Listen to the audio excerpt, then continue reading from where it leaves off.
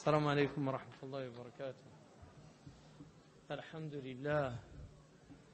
بسم الله والصلاة والسلام على رسول الله وعلى آله ومن والاه. Alhamdulillah, it's a blessing to be here. It's an extraordinary crowd.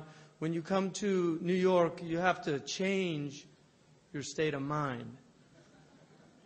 You have to enter into a New York state of mind. Things are different here. People are different. Time is different. You have a different set of criteria for time. You call it a New York minute. We don't have that in California. We don't have a San Francisco minute or a Los Angeles minute, but you have a New York minute. This city, my father actually went to Columbia, so I have roots in New York. My father actually grew up here. He was born in Minnesota, but grew up here. And when I first became Muslim, I came to this city from California, and I was very young, and it was very overwhelming to be in this city. You can go outside now. It looks as crazy today as it did back then. It's just different. But it's still crazy. And when I came here, I hooked up with the Muslim community that was here. And amongst them was Imam Talib Abdul Rashid. I was actually caught in the middle of a gunfight in Harlem. I'm not making this up. You couldn't make this up. And he remembers too. You know, I was like selling books, and suddenly some people start shooting at each other. Say, welcome to New York. That was my welcome. I'm coming from California. People smoke marijuana in California. Everything's slow. We have medical marijuana, and everybody's sick in California, so everybody's stoned. Right? So, that was my welcome to California, welcome to New York. And then, in order to survive here, people used to sell jewelry. So I actually went, and they taught me how to do it. Went and bought silver from the Koreans, went down to Greenwich Village. I was there with a man named Abdul Qadir. I don't know if he's still alive. He got stabbed while I was here. But he was from Georgia. And we were walking one day. This is a true story.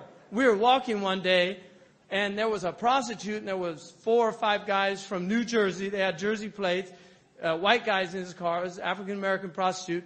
And they started talking to her. And we walked by, and this guy, Abdul Qadir, who I'm with, says, "Sister, don't get in that car." She said, "I'm not getting in that car." Well, one of the guys gets out of the car with a baseball bat and said to him, "What's it to you?" And I swear to God, he was probably 6'3" or something. He looked like a ex-football player. He walked up to this guy. He'd been in prison. He walked up to this guy and right up to his face, and he said, "I'm a Muslim. We don't hit first, so you go ahead and take your best shot." And this guy just got in the car and with their tail between their legs drove back to New Jersey. So that's a New York state of mind, right? So this was a state of mind that I was getting into, a little scary. So I was ready to go overseas to the Middle East, study Arabic, right? Seriously, I was here studying Ebonics, but I went over and studied Arabic. But it was a good experience for me to see this community here because I was part of history.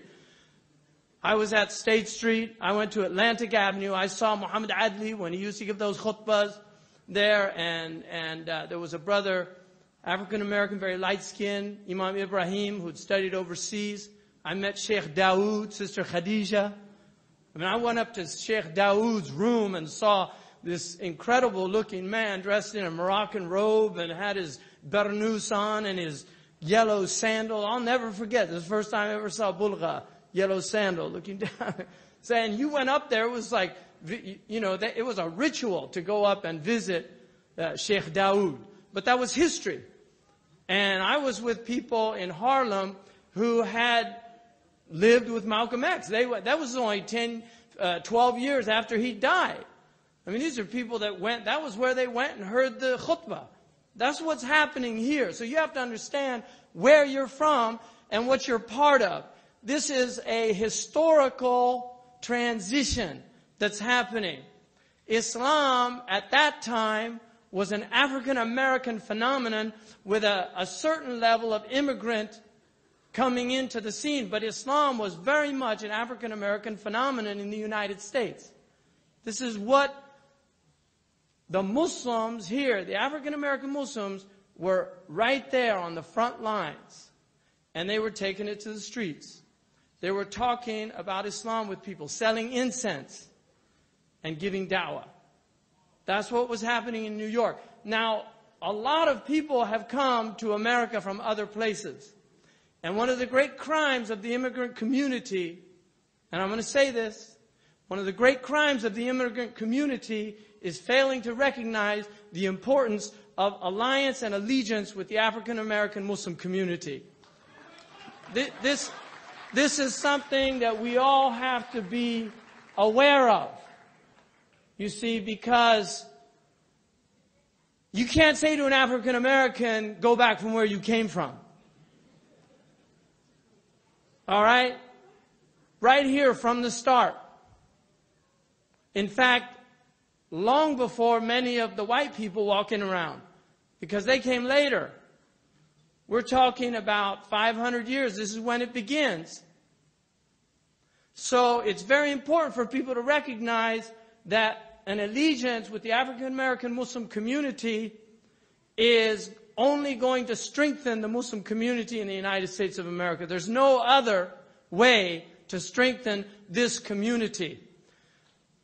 The African American community is also the canary in the coal mine of America.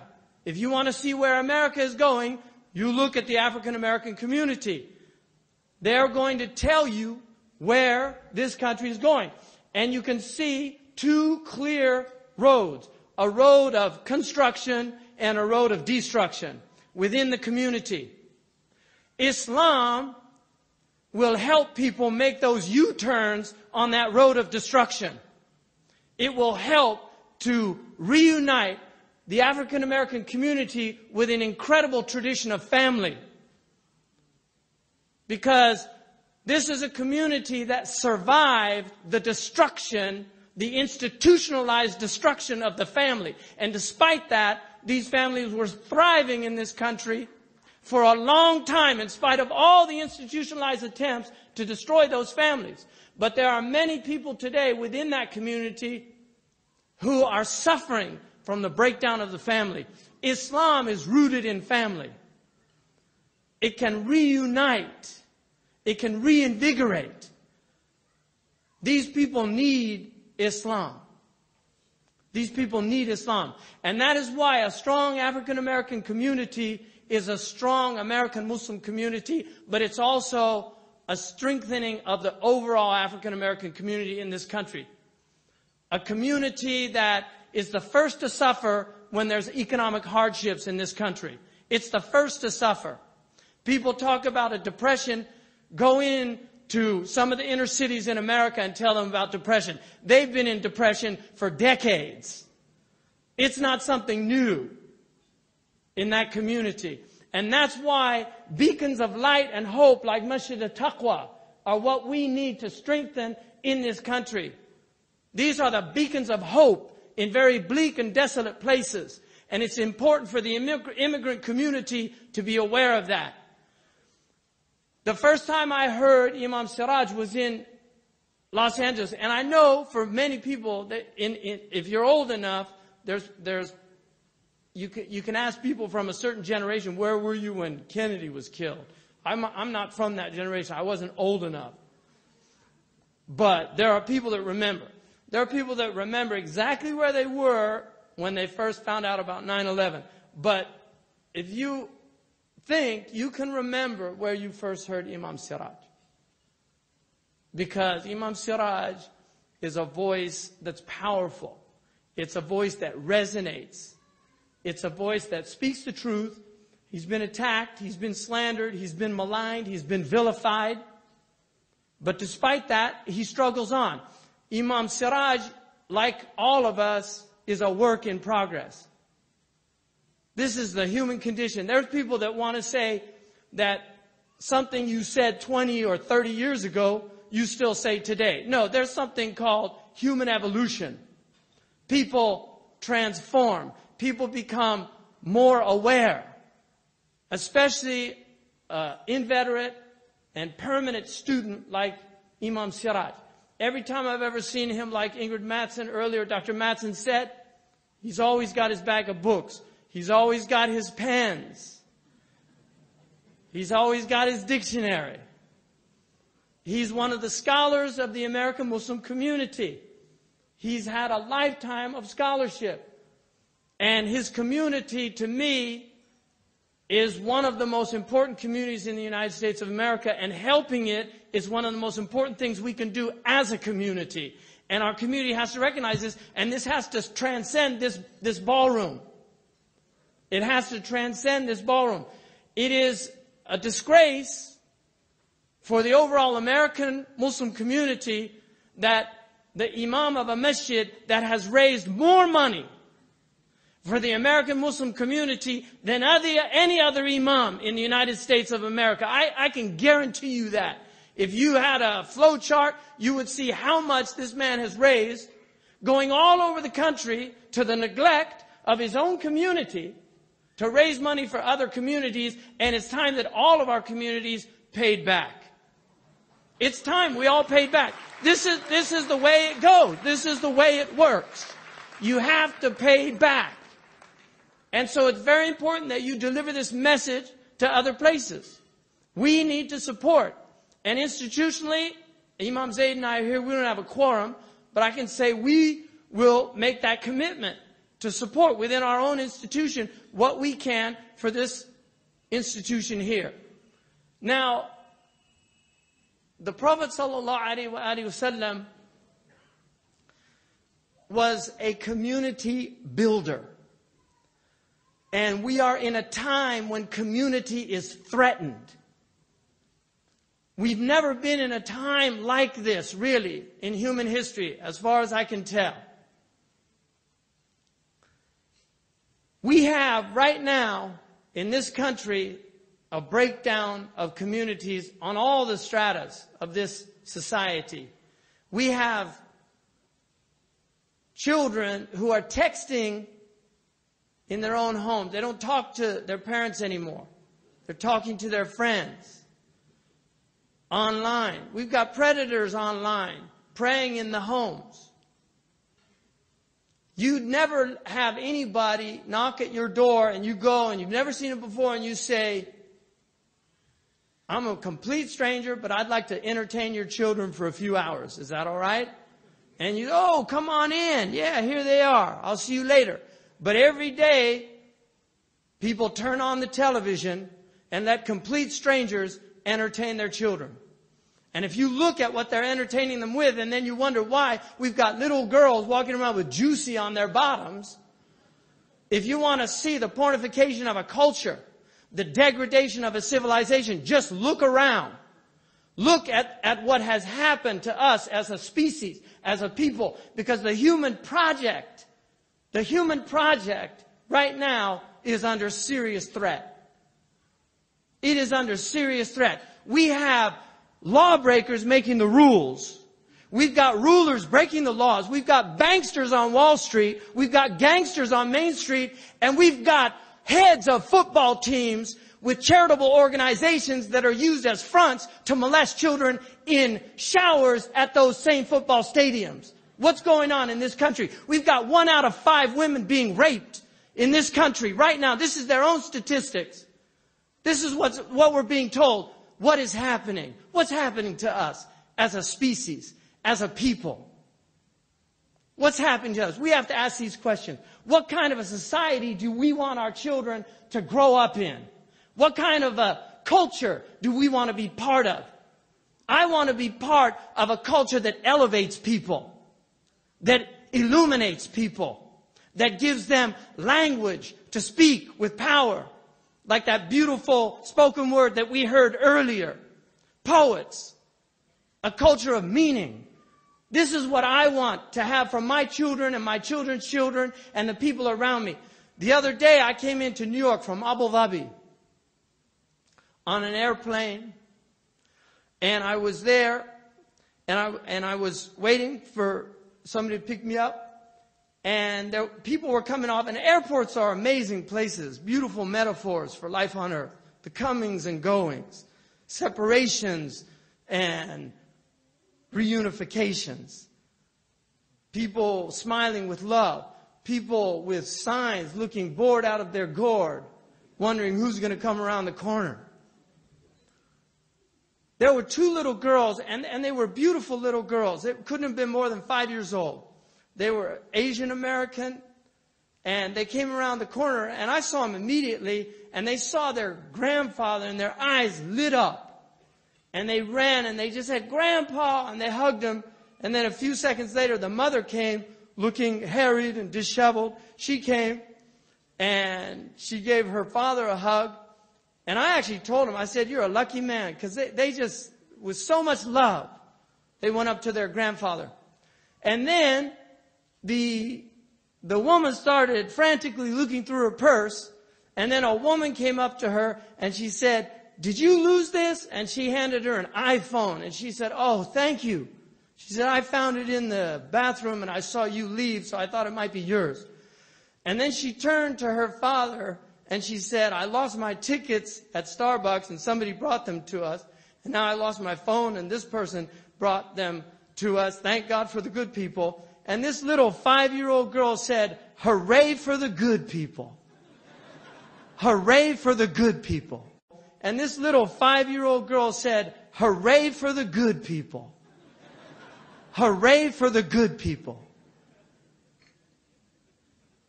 I mean, really, that just floored me. This little girl recognizing goodness and saying, "Hooray.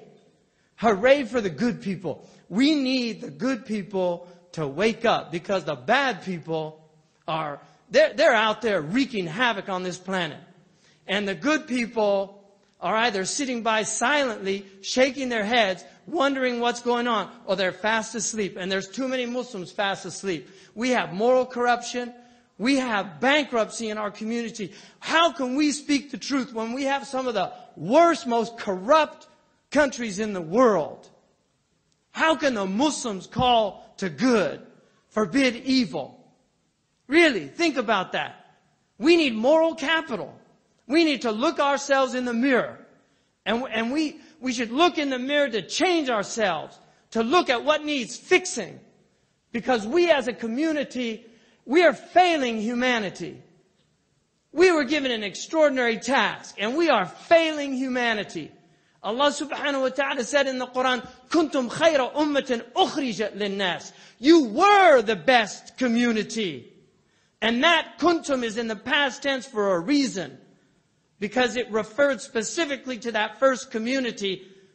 Kuntum khayra ummatin ukhrijat linnas. You were brought forth for all of humanity. Linnas. Ta'muruna bil ma'ruf wa tanhauna 'anil munkar wa tu'minuna billah. You enjoin what is right.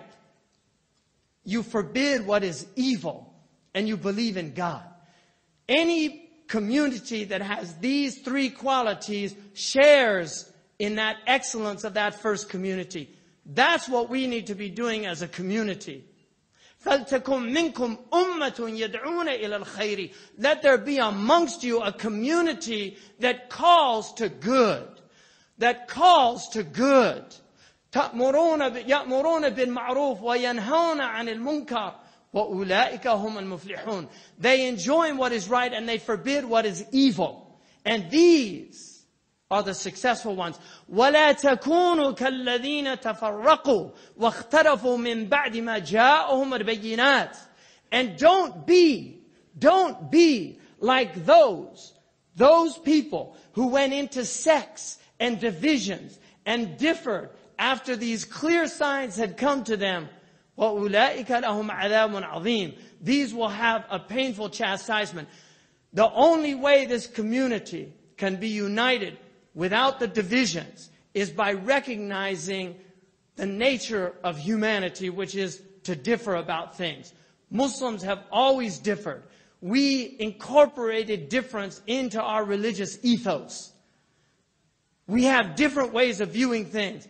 Each of our groups has their scholars. There are rightly guided groups, and then there are misguided groups.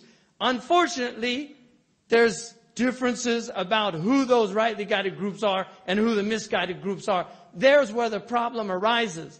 But if you take a broad-based criteria, a generous criterion of our imams, who are well known in our community throughout history, we can unite as a community. America, the American Muslim community, the Canadian Muslim community, these can be beacons of light for other places.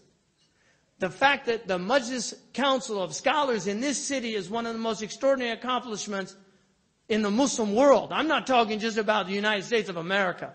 A group of imams from diverse backgrounds, different geographical locations, to come together, to work together. That's what can happen in this country. We have the potential to change the world that we're in. And there's no other reason to be in this world unless you're here to change it for the better. Because there's enough people out there changing it for the worst. And you need to choose your sides, choose your battles, but start the struggle. Because the struggles, if you don't go to the struggle will come to you. It's the nature of life on this planet. If you don't go to the struggle will go to you. But this is a long train, and it's been moving for a long time. Rosa Parks went to jail in this country so that these people could be sitting at this table together. That's right. That's right. Medgar Evers took a bullet in the back. Martin Luther King, Malcolm X. These people, they sacrificed their lives for a different America. And there are many positive and good things about America today. It is undeniable, some of the achievements that have occurred in our lifetimes. And we need to acknowledge that and recognize that. But there are other things that are deeply troubling. And if we don't look those things straight in the eye and deal with them as a community, recognize that we have allies in the greater community. We have good people that are standing by us, that are defending us. We have people on the left like Chris Hedges, a Pulitzer Prize winning journalist who's willing to speak the truth for the Muslim community on our behalf. And those people need to be recognized. We have people like Robert George, who's on the right, one of the most significant legal minds in the United States today, teaching at Princeton, defending the Muslim community. We need to recognize who our allies are. And those out there who are attacking this community, there are some of them who are simply ignorant. They need to be educated. There are others that are educated, but they have an agenda. You cannot blame the Jewish community, not all of the Jewish community, but a certain segment of the Jewish community in this country does not like the idea of a strong Islam in America. Because the Jewish community has worked very hard to be enfranchised in this country. Many of the Jewish community has a tribal allegiance to Israel, just like many of the people in this hall might have some tribal allegiances to places they came from too. That's human nature. That's human nature.